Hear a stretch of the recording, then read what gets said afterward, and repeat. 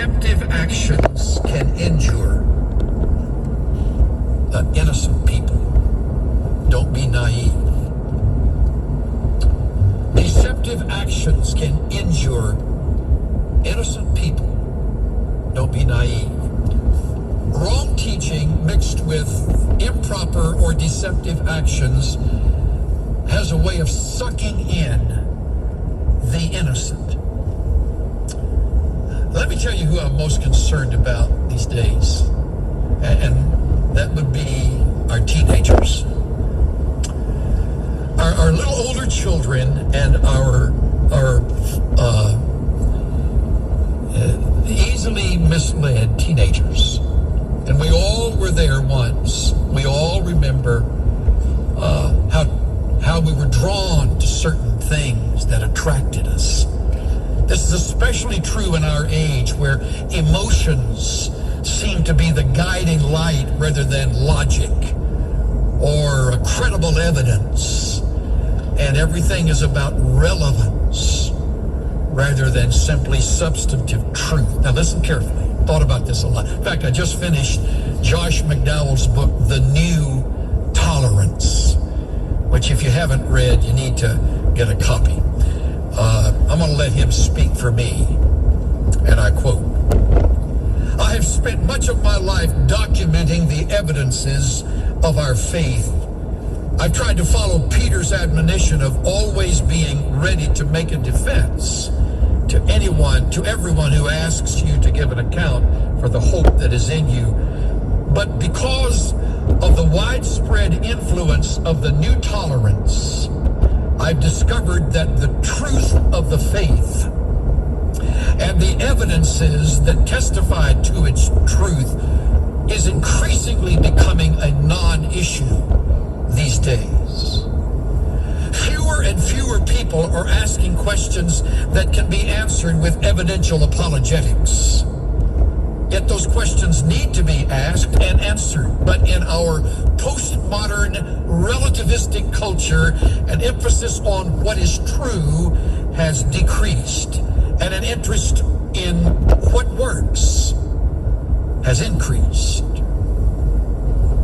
I'm convinced, says McDowell, that the vast majority of young people who are becoming Christians today are coming to the faith not so much because it is true and credible, but because it is the best thing presented to them to date. And as a result, I can virtually guarantee you, when something else comes along that appears better, they'll be drawn away and will abandon the faith. Because of the new tolerance, our culture today is not so much asking whether the gospel is credible, it is asking whether the gospel is relevant. And if we are to attract a needy world to Christ, we must demonstrate he is both evidentially credible and relationally relevant.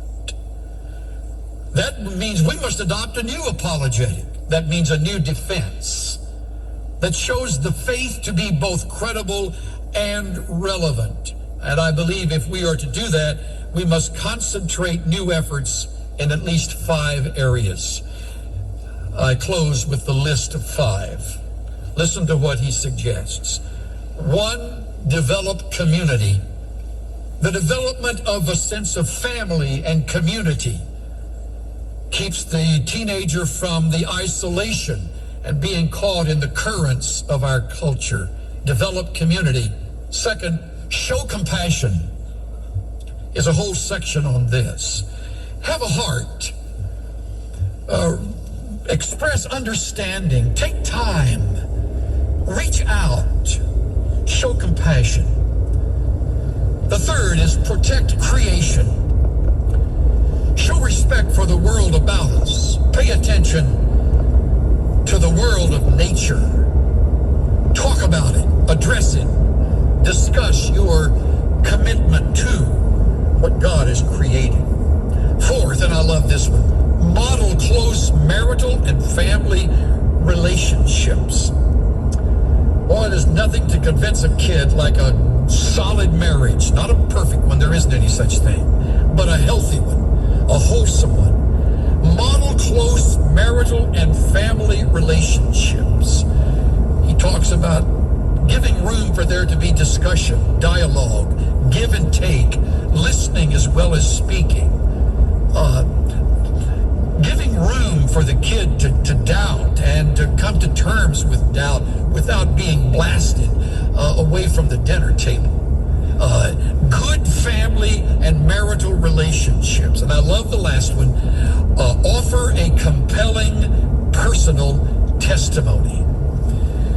A kid may be able to stand against some theory that you embrace, but they can't take away your story. And I have found, no matter the age, most people are anxious to hear our story, especially in this day where storytelling, it seems, has become so much more significant to those who plead for relevance. Now I want to talk to you while your heads are bowed. So when you do that, please, let's just, for the next few moments, and I mean that, just sit quietly before the Lord. First of all, I know that our culture is very persuasive. I may be in ministry and my world may surround those great men and women who are part of my life, but I'm in touch with this real world. I know our culture. I know our times.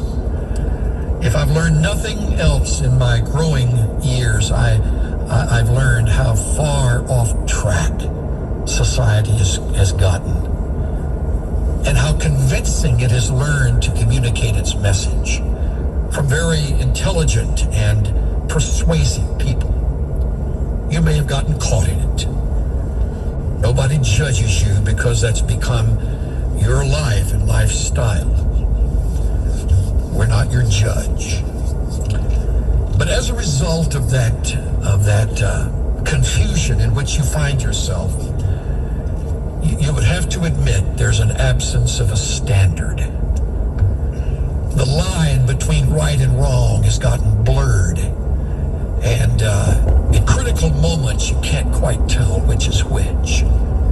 That's just part of the problem of being swept by our times. I want to bring you back to a place where right and wrong made up its mind. That's the cross, where Jesus, who had lived this God-honoring, perfect life and had come to pay the price for the sins of people like you and me. And he hung there and died. He provided the answers that you've been looking for. The Father demanded death as a penalty for sin, and Jesus died that death.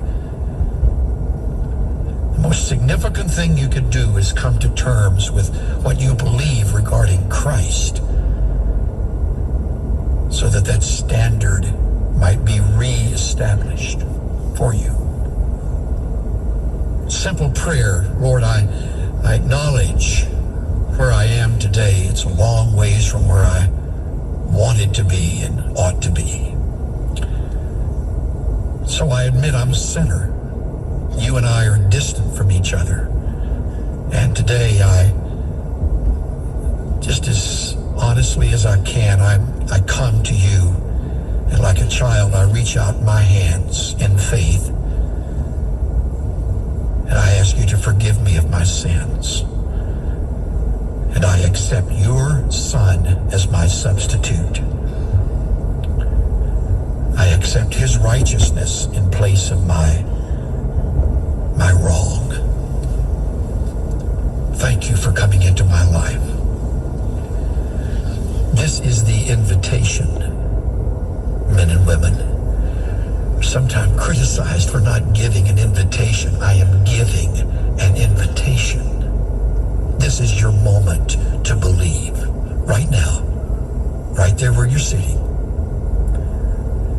We'd love to help you grow in a whole new culture, in a whole new way of life. where you will be understood, shown compassion, understanding. You will not be judged. You'll be encouraged. But you've got to make the first step.